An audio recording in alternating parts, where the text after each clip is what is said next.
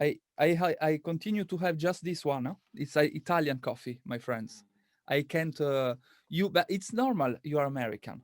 Mine is a little bit more. On voit pas, mais il est assez transparent quand même, hein. Say it's American coffee. C'est du, c'est du pinot noir du café, quoi. Excellent.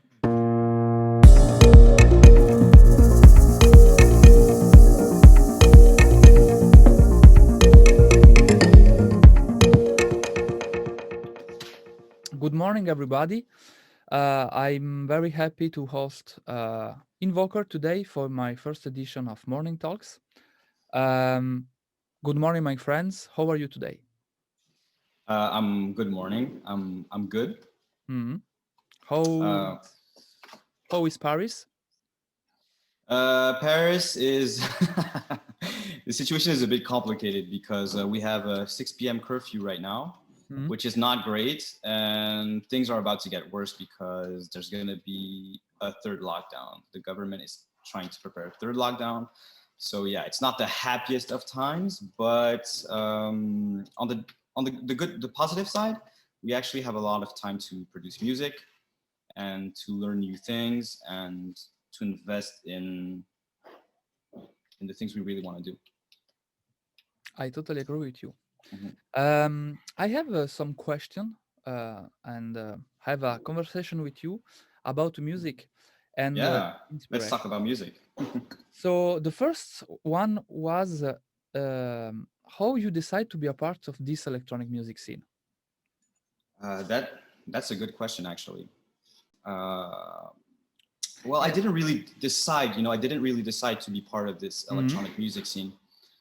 It was more something that happened through time, and I think it started at a really young age. My parents used to be big fans of Jean-Michel Jarre, Hmm. and they used to play vinyls around the house. Okay.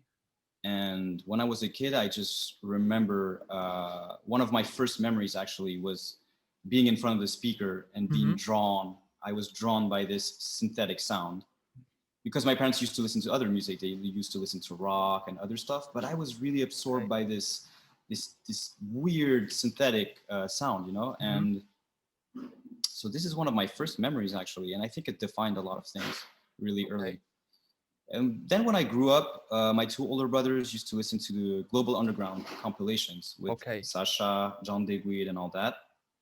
And this is the first time I was in touch with the dance aspect Hmm. of the electronic music, actually. Okay. And I was really inspired by what I was hearing throughout the series. And this is when I actually started Hmm. producing music. Then it's about 2 years ago that I really started to uh, work on this specific project that Okay. seriously. Yeah, Okay. because I was always producing, but kind of as a hobby. Hmm. And 2 years ago, I decided to take it more seriously and to really give it a go. Okay. Nice. Attends, on recommence, on recommence, Always thinking, come on. désolé. I completely forgot what I have to ask you. No, I. It's your job, man. I mean, See, see, I know it's my job. come It's on, my new come job. on, come on. Do So a better. You have one job. Do a better job. okay, okay, va bene. I try to do my best. Um, about inspiration. Inspiration for me is something very magic in a way. It's not a fixed things. Mhm. I would like to ask you what is inspiration for you? Is something that you find? Is something that comes to you? What can you tell us more about this? Well, it's a good question. Inspiration is really hard to define. It's funny because when I'm sitting in front of my computer and I really need to work on something, I almost never have any inspiration or any ideas. It's This is something class. that when you force, it's really hard to find. And I think actually inspiration comes at times where you don't expect it. Mm-hmm. It comes when I'm on the train. It comes when I'm under the shower. And I think it's important to really keep these ideas that come at random times. So what I do is I really try to memorize them Yes, or sometimes I even take my phone out and of course. I sing in my phone to keep Mm-hmm. the idea that I have, and then to lay the idea down on your computer. Mm-hmm. And I think this is the best form of inspiration because it's the one that will bring the most natural ideas, and at the end will bring out a good track. I think. Yes, of course. See, I Hmm. totally agree with you. Yeah. Um, how do you start a track? You have some rules behind your work process or Hmm. workflow, or it's something very natural, like inspiration? Mm. Well, like I said in my previous question, I think I work in a pretty natural way. I don't think Mm-hmm. I have a lot of rules. It all starts with an idea, and I try to take this idea and to do a track out of it and finish a track. Okay. Sometimes this idea is a melodic element, or sometimes it's a rhythmic element. And that's how I Okay. start most of my projects. Mm-hmm. Then I take this idea and I add layers on top of each other to have a track. And usually at the end, I listen to the final project. And then I tend to remove some things. When it's a bit too complicated, I tend to remove Okay. some things and to work on the details to polish the final Mm-hmm. track. And yeah, I think most of my projects are like this. Okay. So nice to know. Thanks. Mm-hmm. Um, about the plugins or tools, you like Mm-hmm. to work more with plugins or more with hardware or both? What is your best way to work? Um, I think in the future I would love to work with mostly hardware. Mm-hmm. Right now, I started working on my project 2 years ago, so I didn't have that much money to invest in a lot of hardware equipment. So Okay. I invested in studio speakers, I invested in a keyboard, I invested in some turntables, and the more I progress in with this project, the more I will invest in hardware stuff. Okay. But it's true that today I mostly produce with plugins. Okay. And there's one specific plugin that I use a lot and that I love, and it's called Diva. Yes, of course. Very good one. Yes. And the reason why I use this specific one is that it sounds very warm, it sounds very rich, Mm-hmm. and it emulates the sound of analog synths. So I think it's one of the best synths out there. Okay. Um, when I found it, I was like, oh, I'm going to use this one a lot. Okay. So nice. Cut. Take 81, please. Um, um, when you decide a track is finished for you, I think it's very hard for me, Mhm. and I really want to know you how you manage these things. It's kind of hard for me too, actually. I think for some specific projects, I have an idea and I wake up in the morning and I work on it. And in a matter of a couple of hours, actually, the track is done Okay. and it's done forever. I never want to retouch this track, Okay. and I already have the final product.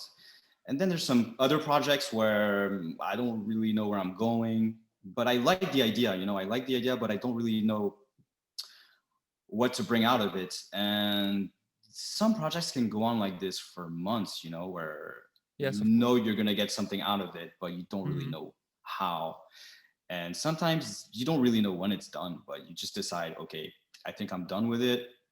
And it's funny because sometimes these projects, you include them in your demos, and the labels actually sometimes really like it. And Okay.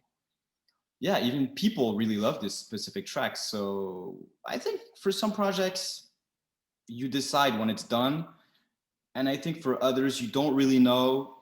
But what's important is that you get people that have a good reception. They receive it well. Um, Yes. it's a good question. And I also think I want to add that some tracks are never really done, actually, because I sometimes go back to my older projects Hmm. and I change them a little bit sometimes. For a DJ set, I change a couple of elements. Of So course. it's a good question. I don't think there's a really precise answer, but No, for no. some, yeah. yours, it's very good. Thanks for this because it's very inspiring. For me, it's the same. It's like when I mix a tracks, maybe maybe you make 20 version, and Hmm. finally you say, I have to take someone new, change a little bit. So decide when is finished. It's very particular. Yeah, Nice. you're totally right, and I actually want to add that you're talking about mixing, which is a whole other subject, but it kind of is the same. You know, like I think what's important as well is to leave a little bit of time when you're done with something This to is very important. yeah, to re-listen to it maybe 1 week later, to have a clearer mind to listen. And Completely. usually you sort of know when you listen, you Yes. leave a bit of time and you listen, you kind of know, oh, okay, this is, you see what's missing or not. Completely. Have a new here on Hmm. our work. It's very important. Maybe it's Yes. one of the most important things in the process Hmm. when we create, produce, and mix things. Nice. Last one. Uh, Last one. Last one. An advice to a beginner producer. If you can give him something very important for you. Well, what I would really recommend is, first of all, know what kind of music you want to do. I think is important. Mm-hmm. Second of all, I would say take a lot of time to learn.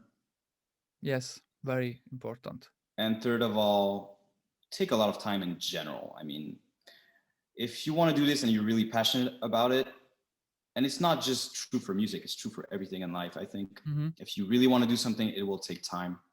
Of course. So take the time to do your project. If it's what you want to do, Mm-hmm. consider that it could be done for a lifetime. So yeah, I think time is important. Important. Absolutely. I totally agree with you. Nice.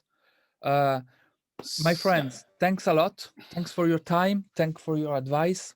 Thanks for your my pleasure. inspiration. Hmm. It's very important. I hope to have you soon again on Morning Talks. It will be a real pleasure. Yeah, And it would be great.